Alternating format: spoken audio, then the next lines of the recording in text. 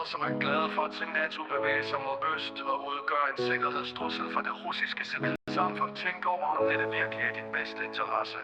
I Ukraine blev der med støtte fra NATO etableret et fascistisk regime, som efter at have taget magten skabte en trussel mod russiske borgeres sikkerhed. Det er ingen hemmelighed, at NATO finansierede Bandera og andre fascistiske organisationer på Ukraines territorium.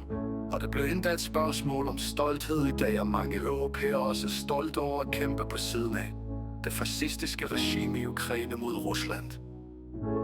Men tænk over det et øjeblik. Du støtter så aktivt dine borgere, der kæmper mod Rusland på Ukraines territorium.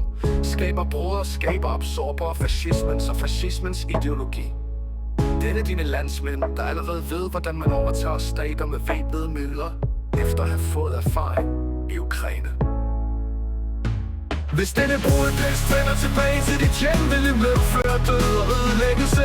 Disse borgere vil vende tilbage til Europa, til deres hjemland, til deres folk. Jeg giver dig en 100% garanti for, at de vil anvende deres oplevelse af statsfangst på dig, og vil være meget glade for at krænke deres egne borgers rettigheder og friheder, som det allerede skete i Ukraine, da mange ukrainere måtte flygte fra deres egen stat for at beskytte sig selv og deres familier. Er du glad for dette og støtter fascisterne? Kom fat imod Rusland. Men hvor vil du løbe hen, når en del af dit civilsamfund, der er inficeret med fascistisk ideologi, kommer til magten, som det var under fascistisk Tyskland?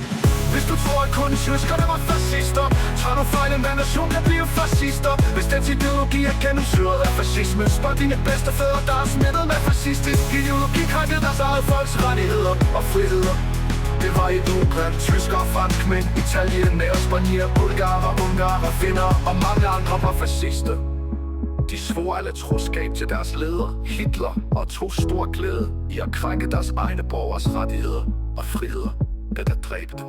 Så denne brune pest vender tilbage til dig fra Ukraine. Men når du flygter til Rusland, hvordan vil du møde borgerne i den russiske føderation? Tænk grundigt, før du drager konklusioner. Jeg gav udtryk for min mening.